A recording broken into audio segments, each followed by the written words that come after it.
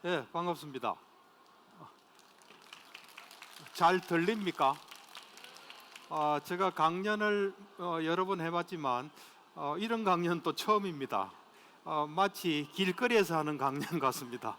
옛날 그 원효 스님이 길거리에서 뭐 여러 가지 설법도 하고 춤도 추고 그랬다는데, 여기 와 보니까 물론 실내긴 하지만 그냥 좀 툭 트여서 길거리 같은 느낌이 듭니다.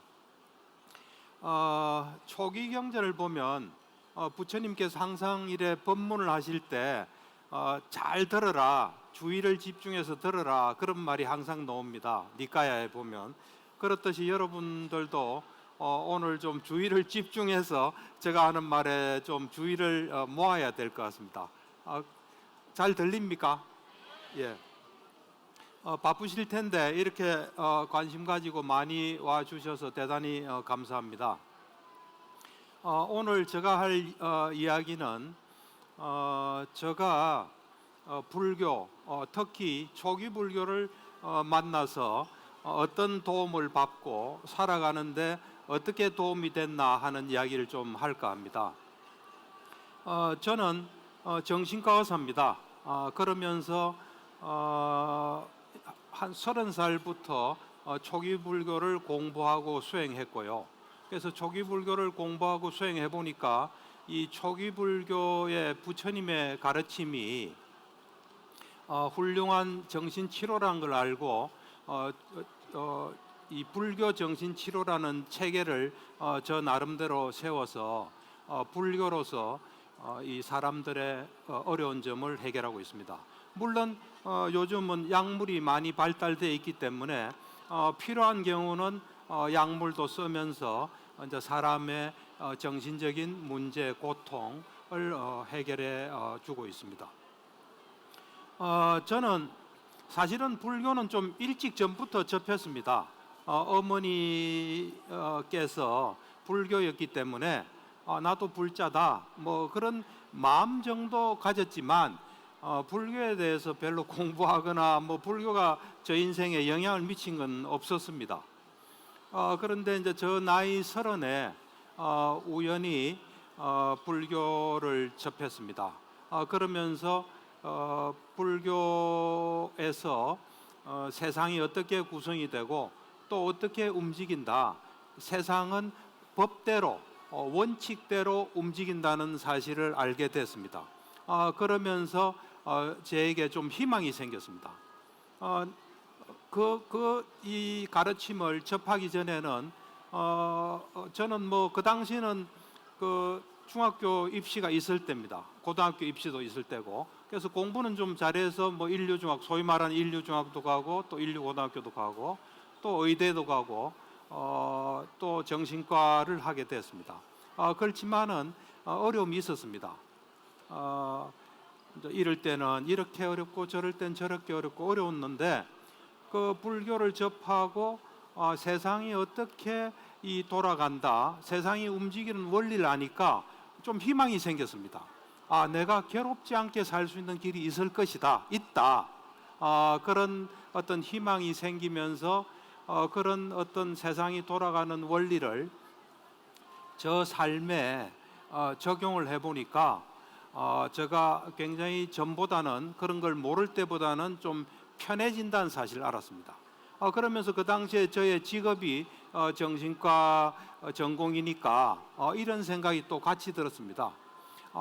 정신적인 문제를 가진 사람도 이런 거를 잘 이해하고 생활에 적용을 한다면 그 사람의 삶도 좀 나아지고 정신적인 문제도 좀 나아질 수 있겠다 하는 그런 생각이 들었습니다.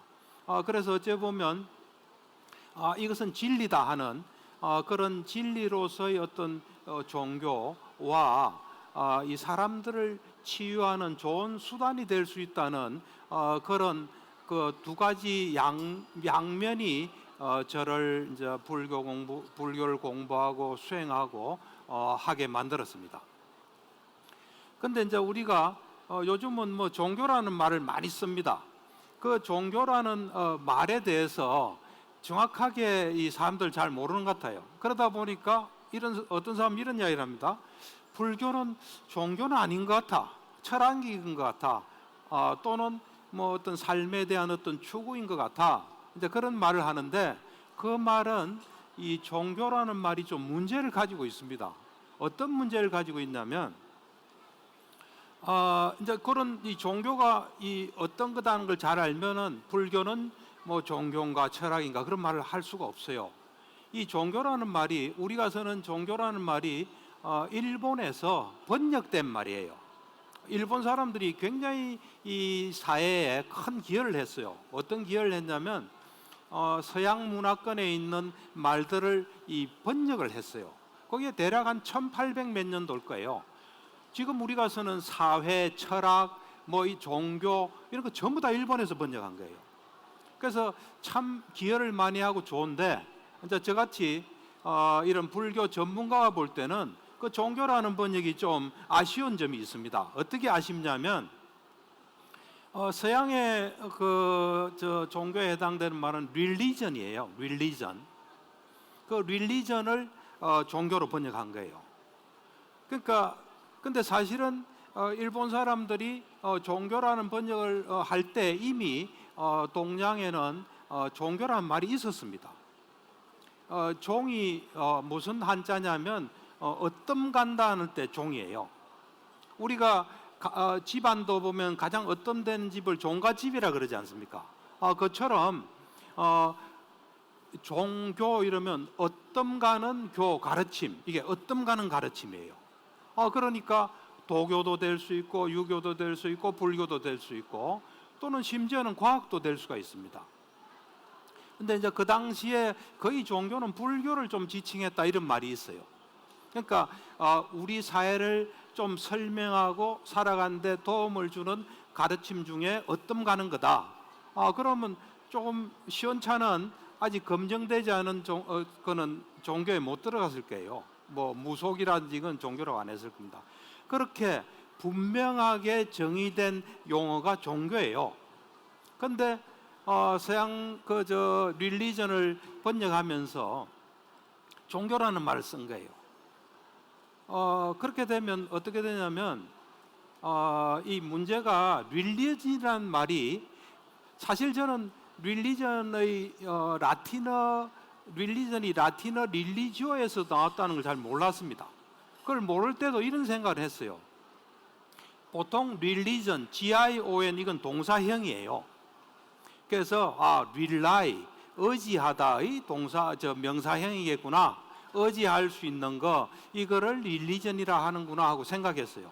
그런데 이제 그 뒤에 알고 보니까 릴리전이란 게 라틴어 릴리지오의 현대말이에요.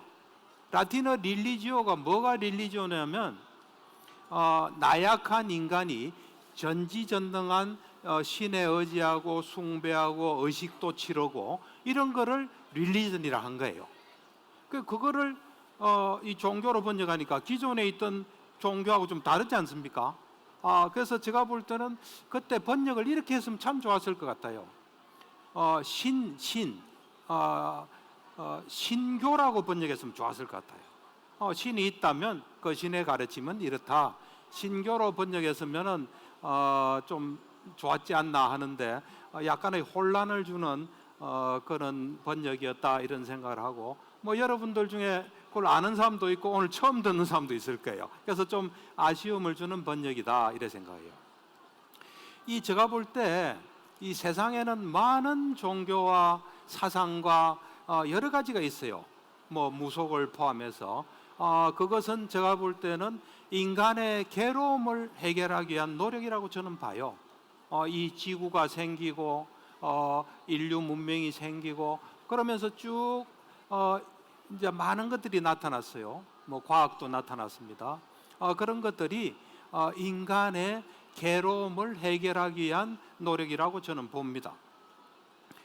그런데 그 인간의 괴로움을 해결하기 위한 노력을 만든 사람들은 다 그것이 진리라고 생각했을 거예요. 이게 진리고 요것에 입각해서 괴로움을 해결할 수 있다 하면서 그런 것들을 다 이제 세상에 내놓은 거죠. 과학은 이래 생각할 거예요. 이거는 확실하게 검증된 진리다 해서 이제 내놓은 거죠. 그런데 제가 이래 오랫동안 해보니까 근데 뭐 이건 저 생각이에요. 오랫동안 해보니까 초기 불교만이 검증된 진리에 의해서 인간의 괴로움을 완벽히 해결하는 겁니다. 그거는 제가 왜 그런 결론에 도달했냐면 두 가지에 근거해서 그런 결론을 내리게 됐습니다. 저 잘 들립니까? 예.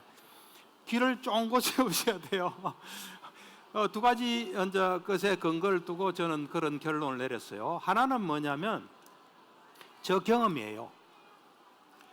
저 경험에 근거해서 그런 걸 하게 됐어요. 저는 우연한 기회에 초기 불교를 접하게 됐죠. 접하게 돼서 초기 불교의 가르침이 담긴 니까야라고 이제 경전이죠. 거기에 입각해서 그리고 또 부처님 이래로 쭉 그런 부처님의 가르침 경험을 이어오는 사람들이 있어요. 이제 그런 분들의 도움을 받아서 제가 공부하고 수행해 보니까 니까야에 있는 부처님의 말씀이 완벽하게 있는 그대로 진리란 걸 제가 알게 됐어요. 수행을 하고 경험을 해보니까 똑같이 경험되는 거예요. 거기에서 말한 걸 그대로 경험할 수 있고 그래서 저는 이런 생각을 했습니다. 이 초기 불교란 것은 궁극적인 과학이구나. 왜 그러냐면 이 초기 불교에 나오는 건 전부 다 관찰을 통해서 나온 거예요. 이 관찰이란 건 두 종류가 있습니다. 우리의 눈, 귀, 코, 혀, 몸 그리고 통상적인 정신으로 관찰할 수 있는 게 있어요.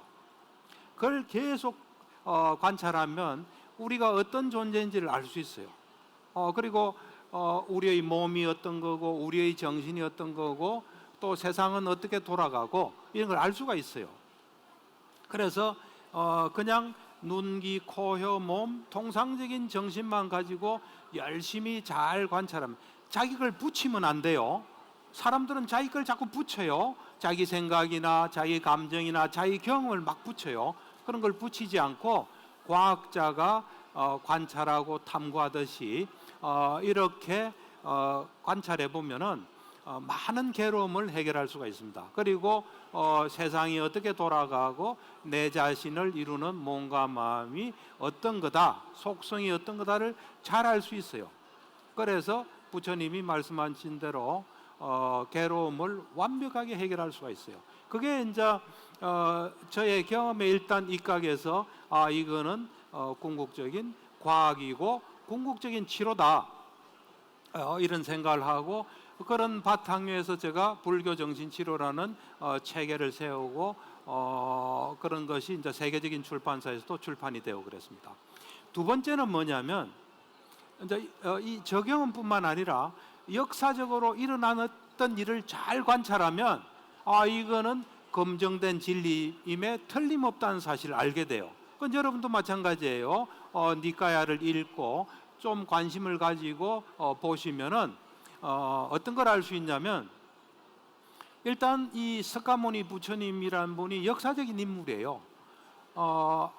한 뭐 몇백 년 전에는 그 사람이 실존 인물인가 이거에 대해서도 뭐 여러 가지 논쟁도 많았다 그러대요. 근데 그 아소카 왕의 그 석탑이 발견되면서 이제 그 논란은 종지부를 찍은 거예요. 이건 확실한 실존 인물이다 이래 된 거예요. 이 보면 이 석가모니 부처라는 분이 2600여 년 전에 이 땅에 태어났어요. 이 인도 땅에 태어났는데 그냥 태어난 게 아니에요. 부처가 될 수 있는 완벽한 준비를 하고 태어난 거예요. 그거는 우리가 어떻게 알 수 있냐면 부처님께서 깨닫고 뭐 부처님뿐만 아니에요. 우리가 엄청난 노력을 하게 되면 특별한 능력을 갖추게 돼요. 이제 그 중에 하나가 이 과거생을 다 볼 수가 있어요. 보통 사람들은 그래요. 이거 과거생이 어디 있어요? 그래요. 근데 한번 좀 냉정하게 한번 생각해 봅시다. 우리가 어제 있었던 일 기억할 수 있습니다. 그건 왜냐하면 어제가 있었기 때문에 기억할 수 있는 거예요. 1년 전에 거 다는 기억 못하지만 그래도 중요한 것은 기억할 수 있고 기록도 있어요. 그렇게 우리가 생각해 본다면 지금 이 생이 과거생과 연결돼 있다면 거기는 절대로 갈 수 없다, 그런 말은 할 수가 없어요. 갈 수 있는 뭐가 있으면 갈 수 있다는 거예요. 그걸 이제 우리가 엄청난 노력을 하게 되면 특별한 능력, 그걸 이제 뭐 보통은 신통이라 그러는데 저는 신통이란 말을 별로 안 좋아합니다. 뭐 신하고 통했다, 어떤 묘한 뭐 능력을 가했다는데, 그보다는 우리가 엄청난 노력을 하게 되면 갖게 되는 지혜나 능력이 소위 말하는 신통인데, 그 중에 하나가 깨닫고 나면 과거생을 다 볼 수 있어요. 근데 과거생을 보는 정도는 깨달은 정도에 따라, 능력에 따라 차이는 많아요. 부처님 같은 경우는 엄청난 생을 볼 수가 있어요. 그래서 부처님께서 깨닫고 난 뒤에 과거생을 쭉 봤어요. 보니까 오늘날 이 부처가 된 나와 관계된 생을 발견을 한 거예요. 부처님의 생은 끝이 없어요. 여기 앉아 계신 분들, 저도 그렇고 끝이 없는 생이 있어요.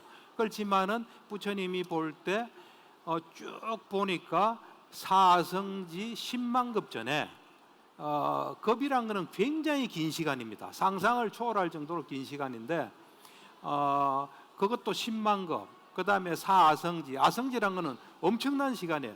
그러니까 부처님께서 과거생을 볼 때 우리는 그걸 숙명통이라고 그래요. 엄청나게 많이 봤을 거예요.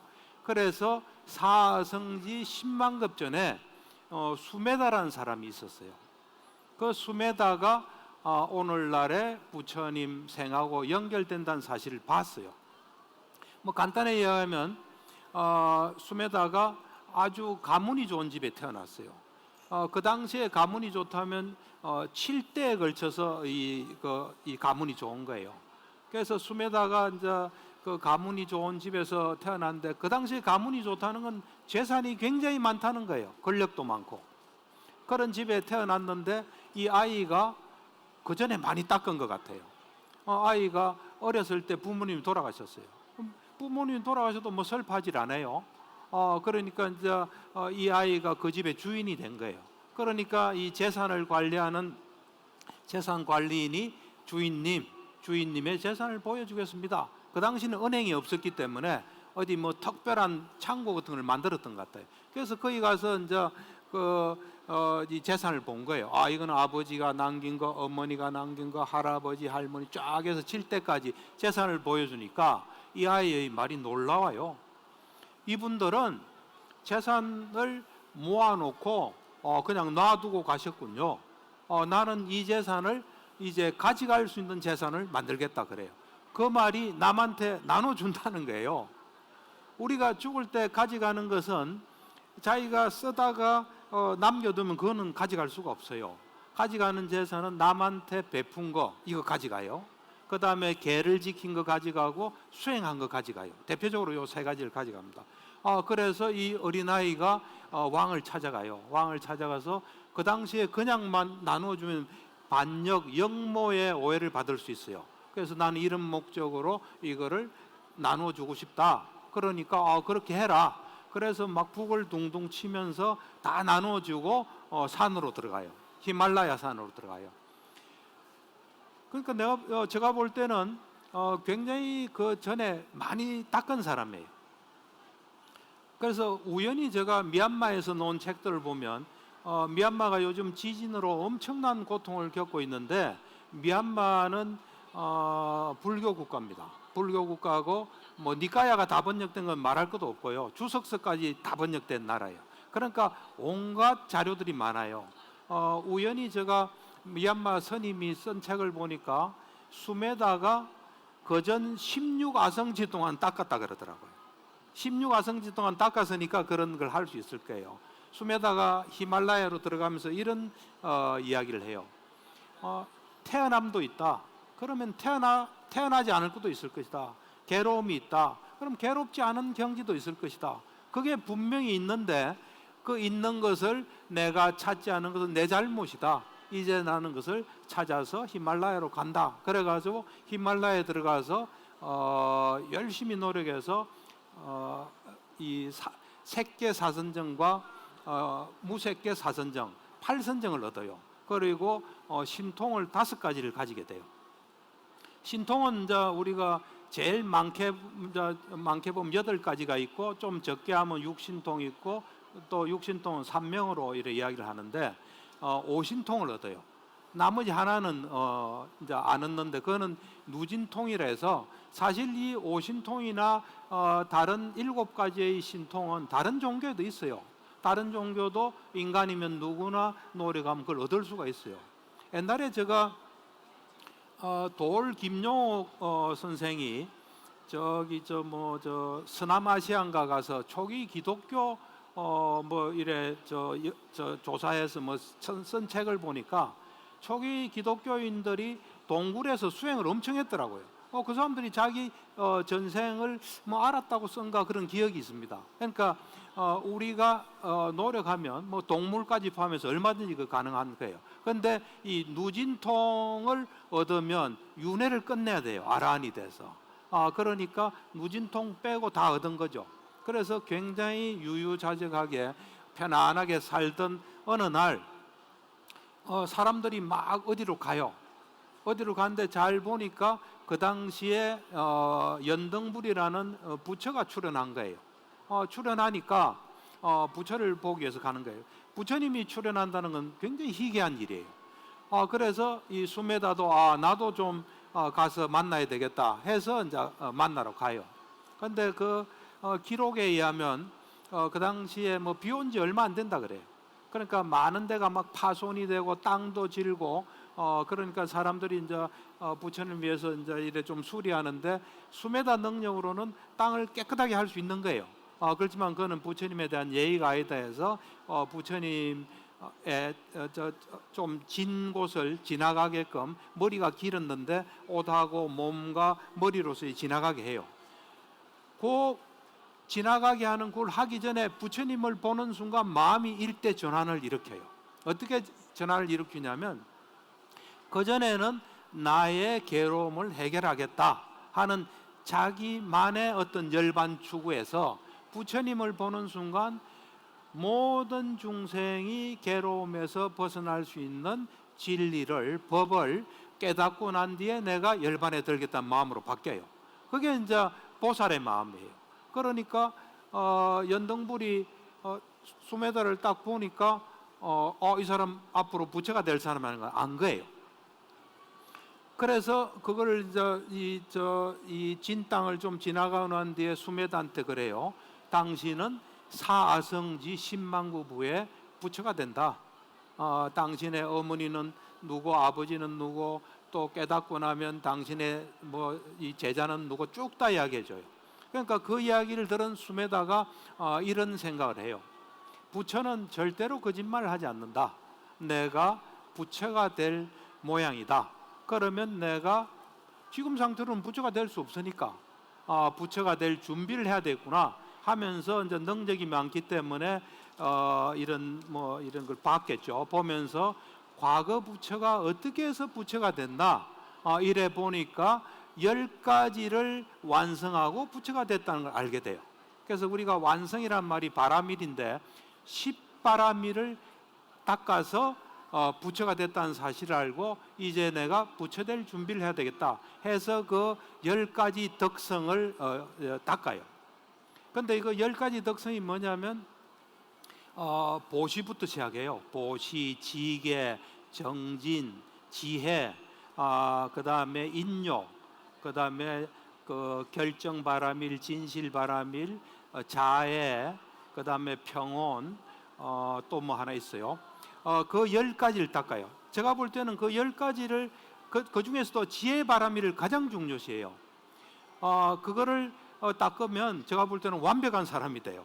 완벽한 능력을 가진 완벽한 사람이 돼요. 근데 그게 닦기가 얼마나 힘드냐면 이제 10바라밀에 3종류가 있습니다. 하나는 좀 하위, 좀 질이 좀 떨어지는 바라밀, 그 다음에 보통 바라밀, 최상의 바라밀이 있어요. 보시를 예를 든다면 좀 질이 떨어지는 보시는 뭐냐면 누가 돈이 없어요. 또 뭐 밥이 없어요. 그럼 밥을 주는 게 이 저급한 바라밀이에요. 어떤 경우에는 그걸 해야 될 수도 있지 않습니까? 그 다음에 저급한 보통 바라밀은 자기 신체의 일부를 주는 거예요. 사막을 같이 가는데 옆에 사람이 배가 고픈데 먹을 건 아무것도 없어요. 그러면 내 팔을 이래 해가지고 주면 그게 보통 바람이래요. 최상의 바람일은 자기 목숨을 던지는 거예요. 예를 들어서 인욕 바람일이다. 그러면 자기가 안 좋은 걸 당하고도 화가 안 나고 또 자기가 뭐 좀 뭘 성취할 때 우쭐 안 하는 그런 거를 이제 우쭐 안 하기 위해서 참는 걸 인욕이라는데 그 당시에 자타카라는 경전을 보면 이런 이야기가 나옵니다. 그 당시 이제 이 보살이 바람일을 닦는 중이니까 소문이 났겠죠. 저 사람은 인욕이 정말 대단하다니까 왕이 불러서 너가 그 저 인욕을 잘 닦는다면서 그러면서 재산을 다 몰수해 그래요. 재산을 몰수해도 마음이 동요가 없어요. 그냥 평온한 마음으로 있으니까 너 정말 인욕을 잘 닦구나. 또 테스트해야 되겠다. 그래서 팔다리를 잘라요. 그래도 그냥 그대로 평온한 마음으로 있어요. 그러니까 야 정말 대단하구나. 죽여 이래요. 그 죽여도 그냥 가만히 있어요. 그러다가 뭐 다시 살아난 거로 뭐 이래 어떤 힘으로 한 걸 제가 자타카라는 경전에서 읽은 기억이 있는데 하여튼 그 바람일은 굉장히 어려운 겁니다. 지금도 그 미얀마 파옥센터라는 곳에 이 바람일 닦는 분이 있다 그래요. 그분은 뭐 생기면 무조건 남한테 준대요. 그 쉬운 일이 아닙니다. 하여튼 그 십바람일을 완성하는데 사성지 10만 급이 걸려요. 그리고 그걸 다 이제 준비 완료하고 도솔천에 계시다가 인간 세상에 오셔서 또 인간 세상에 오면 또 그 약간의 어떤 인간 세상에 맞는 걸 할 수밖에 없어요. 그래서 뭐 조금 배우기도 하고 저 무소유처 비상비비상처를 배우기도 하고 배웠지만 워낙 지혜가 있으니까 이거는 열반에 이르는 길이 아니다고 치우고 고행을 하고 고행을 누구보다도 열심히 했어요. 부처님에 의해서 고행 전통이 끝난 거예요. 사실은 그전에는 전부 다 고행했어요. 부처님이 제일 가는 고행을 했어요. 하고도 이거는 괴로움밖에 없다 하는 걸 끝내고 나와서 이제 고행을 종식한 거죠. 그러고 난 뒤에 이제 제자들을 가르쳤어요. 제가 이 이야기를 왜 하냐면 이 초기 불교의 가르침이 검증된 진리라는 이야기를 이제 하는데 첫 번째가 저 경험, 두 번째가 이거예요. 그래서 부처님께서 이제 깨닫고 나오니까 그 당시에 깨닫지 못한 완벽한 깨달음을 얻긴 정말 어렵습니다. 그렇기 때문에 그 당시에 뭐 육사외도란 게 있었어요. 그리고 주된 바라문교도 있었지만 그거 가지고 해결이 안 되니까 이 사리불 목건령 같은 대단한 뭐 그 당시에 천재들이라고 볼 수 있습니다. 그 사람들이 이제 진정으로 깨닫는 사람 기다리고 있었겠죠. 그러다가 우연히 부처님을 만나서 부처님 말한 대로 하니까 완벽하게 진리가 깨닫고 괴로움을 완전히 해결한 거예요. 그러니까 사람들이 괴로움을 가진 사람, 뭔가 모르는 사람들이 와서 다 되니까 이 사람들이 그 당시에 뭐 엄청난 숫자죠. 이 사람들 중에 많은 사람들이 이제 이걸 한 거예요. 제가 이걸 보고 이거는 검증된 진리라는 확신을 하게 된 거예요. 뭐냐면 부처님의 가르침을 다 외워요. 부처님이 말씀하신 걸 전부 다 자기 머릿속에 넣는 거예요. 옛날에는 녹음기도 없었어요. 아무것도 없었어요. 글자는 있었는데 그 전통이 성스러운 말씀은 기록한다는 그런 게 없었어요. 그러다 보니까 전부 다 외운 거예요. 그 양이 어마어마해요. 제가 부처님 가르침은 삼장이라서 경율론 이렇게 돼 있어요. 경장이 니까야인데 그거를 물론 제가 이제 환자도 보고 하면서 읽었지만 그 철저히 읽는데 한 6년이 걸렸어요. 양이 상상을 초월합니다. 그걸 다 외웠다는 거예요. 왜 외웠느냐? 이거는 위대한 가르침이다. 이 나만 알고 끝나면 안 된다. 이거를 후대에 전해야 되다. 그러니까 부처님도 고맙지만 그 전한 사람도 너무 고마워요. 그래서 다 외우고 이제 준비 완료한 거죠. 그러다가 이제 부처님이 돌아가시니까 장례 치르고 2달 후에 아라한 중에 A급 아라한이 500명이 모여요. A급 아라한이라는 건 그 당시에 부처님 계실 때 이거는 누가 제일이다. 뭐 많이 들은 건 아난다가 제일이고 지혜는 사리불이 제일이고 신통은 누가 제일이고 누가 제일이라는 말이 많이 있어요. 그 사람들하고 그 다음에 사무해해라고 이게 이제 법을 잘 이해하고 법의 뜻도 잘 이해하고 언어를 다루는데 아주 능숙하고 표현에 능숙한 것을 사무예라 그래요. 그 사무예를 가진 사람, 그 다음에 산명을 가진 사람. 아란이 보면 그냥 이래 윗바사나로도 마른 윗바사나로도 아란이 된 사람이 많거든요. 근데 산명을 깨친 아란들, 그 사람들이 500명 모여서 다 외웠기 때문에 순수만 정하고 경률론 3장이 거기서 기록이 돼요. 그래서 그거를 다 하고 난 뒤에 그 관리를 철저히 해요. 예를 들면 디가니까에는 안 한다 그룹에서 맡고 맞지만은 사리불 그룹 뭐 이래가지고 그 그룹에서 책임지고 관리해달라 해서 그 그룹에서 600년을 암송해서 외워요. 그래서 전해요. 제가 어떤 사람들은 그래요. 그 외운 거 뭐 중간에 누가 바꿔치기 할 수 있다는데, 제가 미얀마 가서도 생활을 좀 했기 때문에 거기서 보면은 매일 챈팅 독송을 해요. 그 음악처럼 해요. 뭐 우리 같으면 돌아와요 부산항해처럼 해요. 거기서 똑같이 하지 다른 게 끼어들 수가 없어요. 그리고 벌써 그걸 외우는 사람들은 이것이 진리다 하는 게 있기 때문에 그건 절대로 손 안 대요. 그래서 600년을 외워서 암송돼서 전해지다가 600년 후 그게 한 BC 1세기쯤 될 거예요. 스리랑카 상황이 안 좋았겠죠. 외우는 사람도 줄어들었을 거고 상황이 안 좋으니까 그 사람이 죽으면 끝나잖아요. 그러니까 이제 나뭇잎에 적어서 오늘날 온 거예요.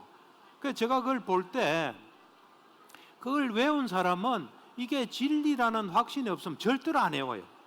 또 진리라는 확신이 있어도 그걸 능력이 안 되면 못해요.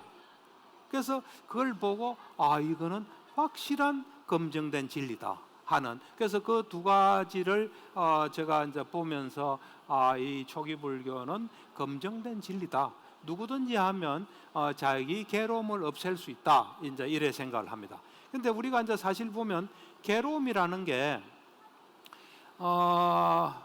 엄마 뱃속에 있을 때는 우리가 별로 괴로움이 많지 않을 거예요. 물론 엄마 뱃속에서도 뭐 이래 영양이 안 좋아서 유산되는 애들은 고통이 있을 거예요. 그렇지만 대부분의 사람은 엄마 뱃속에서는 엄마 몸과 자기가 하나인 거죠. 그래서 어려움이 없어요. 그런데 엄마 뱃속에서 탁 나와서 세상에 딱 나오면, 어떤 철학자는 세상에 던져진 존재다 그런 표현도 쓰더라고요. 딱 나오면 주위의 영향을 받아야 돼요. 그 안 받을 사람 아무도 없어요. 어찌 보면 제일 먼저 주는 건 가족이에요. 가족, 친척들. 진짜 좀 더 크면 사람으로 치면 유치원 가면 유치원에 있는 애들, 초등학교, 중학교, 고등학교, 대학교, 군대, 뭐 회사, 하여튼 사람이 영향을 줘요. 그 영향을 아무도 피할 수가 없습니다. 사람뿐만 세상에 있는 게 아니에요. 요즘은 거의 뭐 가족이 된 동물, 개, 고양이들이 있잖아요. 그 영향을 또 받아요. 참 재밌는 게 옛날에는 이 키우던 동물이 죽어서 정신과에 상담하러 온 사람이 없었습니다. 근데 요즘은 좀 있습니다. 개가 죽고 고양이가 죽어서 찾아와서 여러 가지 어려움을 호소한 사람들이 점점 생겨요. 그러니까 거의 이제 가족처럼 된 거죠. 그래서 이제 또 동물도 영향 줄 수 있고, 우리 눈에 보이지 않은 아메바 바이러스가 또 영향을 줄 수 있어요. 우리가 그 코로나 때 한 몇 년을 고생했지 않습니까? 그 영향을 받았기 때문에 고생한. 그 다음에 기후 영향. 앞으로 이제 기후 영향이 커지는데 우리를 둘러싸고 있는 것에 영향을 우리는 받지 않을 수가 없습니다. 이 괴로움이 왜 오냐면 우리가 원치 않은 것이 일어나기 때문에 괴로움이 오는 겁니다. 그런데 우리가 처한 상황을 보면은 원치 않은 일이 일어날 수밖에 없어요. 그러니까 우리가 주위에 영향을 받아야 돼요. 그게 첫 번째 원치 않은 것이 일어날 수 있는 어떤 소스예요. 그게 있어요. 두 번째는 자기 내부에서 또 원치 않은 일이 생길 수 있어요. 내가 늙고 싶지 않은데, 병들고 싶지 않은데, 또는 내가 아프고, 또 내가 어떤 사람은 뭐 저를 주로 찾아온 사람은 하고 싶지 않은 생각이 계속 나서 괴로운 사람이 있습니다. 그러니까 괴로움은 이 바깥에서 오거나 내 몸과 마음에서 오는 괴로움, 이것이 있습니다. 그래서 이 괴로움을 없애려면 이 바깥에서 오는 괴로움, 우리를 둘러싸고 있는 것에서 오는 괴로움을 없애야 돼요. 그 다음에 내 내부로부터 오는 괴로움, 이 두 가지를 없애면 우리는 괴로움 없이 살 수 있습니다. 근데 그 괴로움 없이 사는 길을 불교, 초기 불교는 우리에게 제시를 합니다. 그래서 그거를 좀 여러분들이 관심을 가지고 꾸준히 하면 괴로움 없이 살 수 있는, 또는 괴로움이 점차 줄어들어서 완전히 없어지는 경지까지 갈 수 있습니다. 먼저 이제 외부에서 오는 이야기를 조금 해보겠습니다. 외부에서 오는 걸 보면 일단 제가 볼 때는 우리가 괴롭다는 것은 어찌 보면 나와 세상이 충돌하는 거예요. 사실은 이 세상은 잘 보면 세상이 돌아가는 원리가 있습니다. 그 법칙이 있습니다. 그 법칙이 이래 있는데 나는 요렇게 돌아가고 있어 하면 차이 나지 않습니까? 그러면 거기서 괴로움이 생기는 겁니다. 그러니까 괴로움이 없으려면 여기를 잘 보고 그에 맞게 살면 괴로움이 없습니다. 근데 세상은 이래 돌아가는데 자기는 이래 돌아간다 생각하면 차이만큼 괴로움이 생겨요. 또 괴로움을 잘못 해결하다 보면 정신적인 문제가 생겨서 저를 찾아오게 됩니다. 그러니까 항상 정신적인 문제 앞에 괴로움이 먼저 있어요. 근데 이 괴로움은 우리가 어쩔 수 없는 거예요. 그거를 잘 해결하면 정신적인 문제는 안 생겨요. 근데 이 당연히 있을 수 있는 괴로움을 지혜롭게 처리를 못하기 때문에, 그리고 자기 정신에 도움이 안 되게 막 하다 보면 정신적인 문제가 생기는 겁니다. 그래서 그러면 이 바깥에서 오는 괴로움을 어떻게 해결해야 되나 잘 봐야 됩니다. 자기 생각으로 하면 안 됩니다. 사람들은 자기 생각을 자꾸 갖다 붙여요. 이래야 된다, 저래야 된다, 그것도 갖다 붙이는 거예요. 어느 정도 좀 정확하게 봐야 되냐면, 좀 극단적으로 이야기하면, 사실 제가 이런 이야기를 하는 것은 말도 안 되는 이야기지만 저 환자들 중에는 가족 때문에 괴로운 사람도 많습니다. 그래서 어떤 데는 이런 이야기를 해줘요. 제가, 당신이 세상에 딱 태어나면 엄마가 어떤 사람인지 잘 봐야 된다. 그건 불가능한 이야기죠, 그죠? 잘 보고 그에 맞게 해야 된다. 또 아버지를 잘 보고 그에 맞게 해야 된다. 먼저 태어난 사람이 있으면 뭐 여자 같으면 오빠겠죠. 또 남자 같으면 형이겠죠. 그거 잘 봐야 된다. 그에 맞게 해야지. 엄마는 이런 사람인데 엄마는 이래야 돼. 이러면 그때부터 괴로움이 생기는 거예요. 지금이라도 잘 봐라. 잘 보고 지금이라도 맞게 해야지. 형제가 어떻게 그럴 수 있나, 엄마가 어떻게, 그럼 안 된다. 하여튼 잘 보고 그에 맞게 해야 돼요.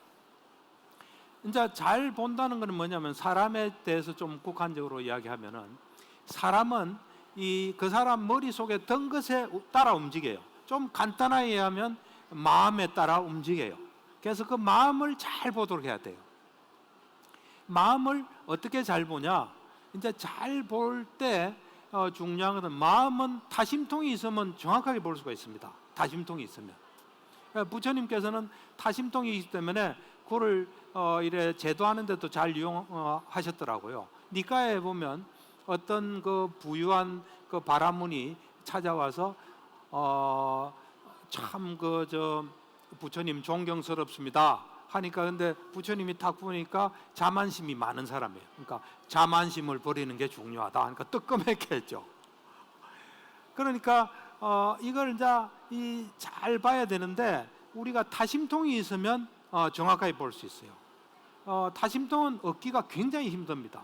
선정의 자유자재가 돼야 타심통을 얻을 수 있는데, 그래서 그거는 쉽지는 않습니다. 그래서 우리는 다른 사람의 마음은 모릅니다. 타심통이 있는 예를 들어보니까 재밌더라고요. 아잠브람이라고 있죠. 아잠브람. 영국에서 그 캠브리지 물리학과 나온 사람인데, 일찍부터 이거 명상이 좋다 해서 아잔차, 태국의 아잔차 밑에 가서 9년을 있은 사람인데, 이 아잔차가 타심통이 있었던 것 같아요. 하루는 이제 차를 타고 가고 있었습니다. 이 기사가 있고, 이 남방은 가보면 그 기사 옆이 상석이에요. 그래서 거기 아잔타가 타고, 뒤에 이제 아잠브람, 영국에서 온 아잠브람하고 그 옆에는 또 미국에서 온 비우가 타고 있었어요. 이제 차를 쭉 타고 가는데, 아잔차가, 지금 아잔차는 돌아가시죠. 참 대단하신 분이에요. 아잔차가 미국 비구를 돌아보면서 이런 말을 했어요. 자, 이제 미국에 두고 온 애인 생각 좀 그만해 그랬어요. 그러니까 미국 비구가 깜짝 놀라는 거죠. 자기 머릿속에 생각하는 걸 알고 있으니까. 그게 다심통이에요. 그러니까 우리는 대부분의 사람은 다심통이 없으니까 남의 마음은 모른다. 이게 굉장히 중요합니다. 우리가 정확하게 볼 때 제일 중요한 건 모른다예요. 모른다 하면서 유심히 보는데 우리 마음이 유심히 보고 번뇌가 없고 이런 게 없으면 좀 보이게끔 그래 돼 있어요. 그렇게. 그러니까 이제 우리는 보통 이런 생각을 해요. 누가 나한테 잘해줘요. 저 좋은 사람이다 그래요. 그럼 안 돼요. 누가 잘해주면 고마워요. 그렇지만 그 사람을 정확하게 보는 거는 방해를 받으면 안 돼요. 누가 나한테 나쁘게 해요. 그럼 우리는 보통 나쁜 사람이라 그래요. 그럼 안 돼요. 기분 나쁘죠. 그렇지만 정확히 보는 이 훈련을 해야 돼요. 그러니까 정확히 보는 데에서 가장 중요한 건 자기 걸 붙이지 않는 거예요. 자기 걸 붙인다는 건 아까도 이야기했지만 자기 생각이나 감정이나 자기 경험이나 뭘 붙이면서 이럴 거다 생각하는 거는 안 돼요. 그러니까 하여튼 정확하게 예를 들면 요즘 주식을 많이 하지 않습니까? 주식도 정확하게 본다면 주식이 오르락내락한 원리를 봐야 되는데 그거 잘 보이겠습니까? 안 보이면은 모른다 하면서 유심히 봐야 돼요. 그걸 보다 보면 점점 이래 가까워집니다. 그래서 잘 보고 거기에 맞게 해야 돼요. 맞게 한다는 건 뭐냐면 세상에는 많은 사람들이 있어요. 우리나라에도 조폭이 많아요. 많지만 우리가 조폭은 잘 접하지 않습니다. 우리가 접하는 건 어쨌든 뭔가 서로의 필요성에 의해서 만났기 때문에 된 거예요. 예를 들면 회사다. 그러면 나도 이 회사가 필요해서 왔고 저 사람도 이 회사가 필요해서 온 거예요. 그 왔을 때 거기서 내가 내 입장에서 생각하면 세상에서 나만큼 소중한 사람 없어요. 또 내가 무슨 생각을 하든 그럴 만한 이유가 있어요. 태어나서부터 살아온 거, 태어나기 전도 있겠죠. 그처럼 다른 사람도 그 사람 입장에서 보면 그 사람이 가장 소중해요. 그리고 그 사람이 무슨 말을 하든 그만한 이유가 다 있는 거예요. 그렇지만 우리는 인연이 돼서 만난 거예요. 그러면 이 소중한 두 사람 또는 나 위에 만 사람 있겠죠. 요 사람들이 어떻게 잘 원래의 목적에 맞게, 원래의 목적이라는 것은 회사 오면 돈도 잘 벌고 경험도 쌓고 재밌게 보내고 인간관계도 넓어지는 거 아닙니까? 거기에 충실할 수 있도록 하면 되는 거예요. 근데 내가 볼 때는 자기 문제 보통은 걸려요. 자기 문제랑은 어떤 사람 회사 가서 빨리 잘하려고 하는 사람이 있어요. 내가 볼 때는 그냥 가만히 붙어 있으면 다 알게 돼요. 근데 빨리 잘하려는 사람 그것도 안 돼요. 회사에 갈 때는 회사에 누가 있나를 잘 봐야 돼요. 잘 보고 회사라는 건 돈을 벌어야 유지되는 시스템이에요. 어떻게 돈을 벌고 어떤 사람이 있고 그 사람은 뭘 좋아하고 뭘 싫어하나 이걸 잘 파악해서 그에 맞게 해야지 딴 생각하면 그때부터 이제 괴로움이 생겨요. 하여튼 어쨌든 잘 보고 나도 좋고 그 사람도 좋은 걸 해야 돼요. 우리가 잘 보면요, 이 세상에 딱 태어나면 우리는 남의 도움을 필요로 하는 존재예요. 두 가지를 필요로 해요. 자연의 도움을 필요로 해요. 숨 쉬어야 되잖아요. 이게 필요하고요. 두 번째는 다른 사람의 도움이 필요해요. 그 말은 뭐냐면 다른 사람은 우리에게 고마운 존재예요. 사실은 지금 제가 입고 있는 옷도 누가 만들어준 거죠. 제가 만든 건 아니잖아요. 잘 보면요, 우리가 지혜로워지면 이 감사하는 마음으로 꽉 차게 돼 있어요. 지혜가 없으니까 이거는 당연한 거고 이거 왜 안 돼? 하면서 화가 나는 거예요. 우리가 지혜로워지면 이게 존재하게끔, 여기만 해도 마찬가지죠. 이것도 원래 아무것도 없던 거예요. 누군가가 이걸 만드는 거예요. 그러니까 우리가 여기 여기서 뭐 할 수 있는 거예요. 그래서 잘 보면 이 감사하는 마음으로 꽉 차지 않으면 내가 좀 문제가 있다 생각하시면 돼요. 그래서 어쨌든 주위를 잘 보고 나도 좋고 거기도 좋은 거. 나는 좋은데 이 사람이 안 좋으면 그 사람으로부터 저항이 와요. 근데 그 사람은 좋고 내가 안 좋으면 내가 저항이 가요. 결국 문제가 생겨요. 그러니까 지혜롭게 세상을 보면 나와 남이 어떻게 하면 나도 좋고 남도 좋은가. 그러니까 앞으로는 딱 이래야 돼요. 자기 앞에 누가 뭐 이래 사람이 있어요. 그러면 나도 좋고 이 사람도 좋으려면 어떻게 해야 되나. 이걸 항상 생각해야 돼요. 가족이든 누구든 간에, 동물도 마찬가지예요. 그렇지 하지 않으면 괴로움이 와요. 내가 볼 때는 사람들은 괴로움을 스스로 만들어요. 그래서 계속 괴로움을 자꾸 더 키워요. 그래서 저 눈으로 볼 때는 사람들은 이 자기한테 손해 보는 걸 계속 해요. 손해 보는 걸 멈추셔야 돼요. 멈추고 자기한테 도움되는 걸 해야 돼요. 그러니까 그런 면에서 불교는 이 세상을 정확하게 보는 이런 길을 분명히 제시하고 있어요. 그 다음에 이제 내부적으로 우리가 괴로움이 와요. 내부적으로 괴로움이 오는 것은 이제 내부적으로 내가 원하지 않는 게 일어날 때 괴로움이. 아까도 제가 이야기했다시피 내가 아파요. 아픈 걸 좋아하는 사람은 없어요. 그럴 때 이래 괴로움이 생겨요. 그러거나 안 그러면 내가 원치도 않은 생각. 우리 이 정신과 문제 중에 강박증이라는 게 있습니다. 강박증은 뭐냐면 하고 싶지 않은데 불안한 생각이 계속 드는 거예요. 자기가 뭘 확인했는데 가스불이 터지면 어떻게 하나. 그런 생각이 계속 나는 거예요. 그걸 이제 뭐 전문 용어는 침습적 사고라 그러는데 그런 게 계속 들어서 괴로운 거예요. 그럴 때 우리가 괴롭지 않으려면 아플 때 괴롭지 않은 상태를 만들지 않으면 안 아플 수는 없잖아요.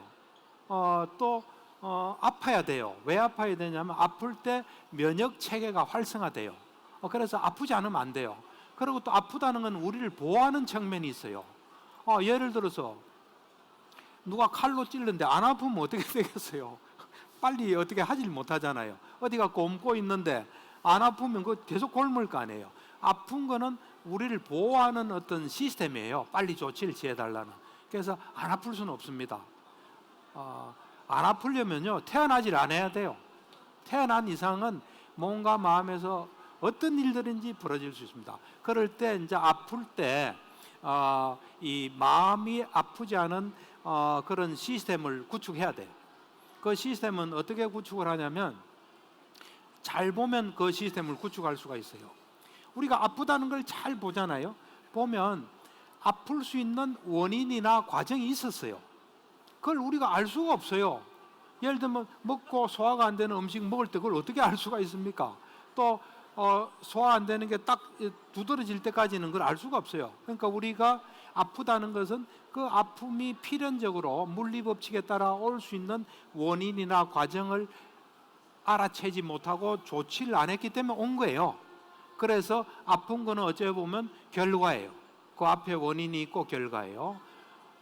그걸 이제 잘 보고 그러면 이제 아프다는 거는 그것이 취하는 코스가 있어요. 뭘 잘못 먹었다면 한 몇 시간 갈 수도 있고 며칠 갈 수도 있잖아요.